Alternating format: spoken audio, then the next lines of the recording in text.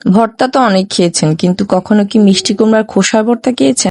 যদি খেয়ে না থাকেন, আজকের ভিডিওটা কিন্তু আপনার জন্য। আসসালামু আলাইকুম, আমি রিক্তাস কর্নার থেকে সবাইকে ওয়েলকাম জানাচ্ছি আমার আরো একটা ভিডিওতে। তা আজকে আমি ভর্তা বানিয়েছিলাম, তাও আবার মিষ্টি কুমড়ার খোসার ভর্তা।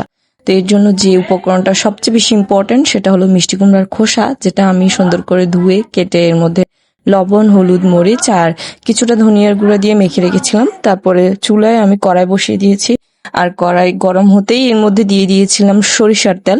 আজকের ভর্তাটা কিন্তু পুরোপুরি সরিষার তেলের উপরই হবে, তাহলে ফ্লেভারটা খুবই ভালো আসবে। তারপর সরিষার তেল যখন গরম হয়ে আসবে, তখনই এর মধ্যে মিষ্টি কুমড়ার খোসাগুলো দিয়ে দেব। আর একটা চামচের সাহায্যে খুব ভালো করে সময় নিয়ে এটা আস্তে আস্তে ভাজতে হবে। নরম হয়ে এলে নামিয়ে ফেলে চলবে না, এটা একটু পোড়া পোড়া ভাব আসবে, তখন গিয়ে যদি নামানো হয় তাহলে ফ্লেভারটা খুবই ভালো আসে।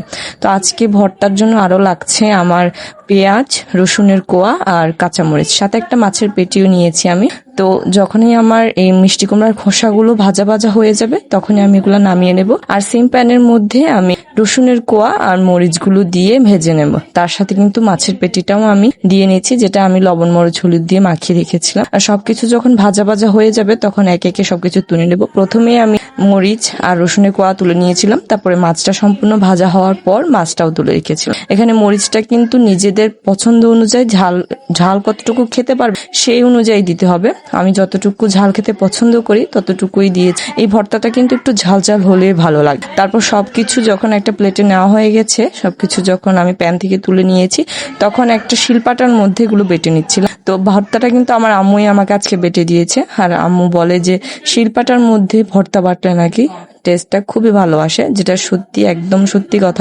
ব্লেন্ডারের মধ্যে তো সবসময় বাটা হয়, কিন্তু শিলপাটার মধ্যে খুবই কম বাটা হয়। শিলপাটার মধ্যে বাটলে যে সবকিছুর টেস্টটাই যেন একটু বেশি বেড়ে যায়। আগের দিনের মুরব্বীরাও এই কথাটাই বলেন।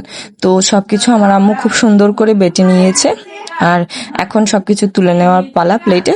তো আমার আম্মু সবকিছু বেটে একটা প্লেটে তুলে নিয়েছে, আর এখন আমি এটা পেঁয়াজ দিয়ে মাখাবো।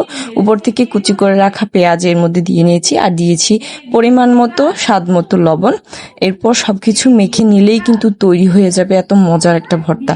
এটা কিন্তু গরম ভাত দিয়ে খেতে এত মজার, না বানিয়ে খেলে বুঝতে পারবেন না। তো আমি তো বানিয়ে খেয়ে ফেলেছি, আপনারাও কিন্তু অবশ্যই ট্রাই করবেন। আল্লাহ হাফেজ। আর ভিডিওটা যদি ভালো লেগে থাকে অবশ্যই জানাবেন।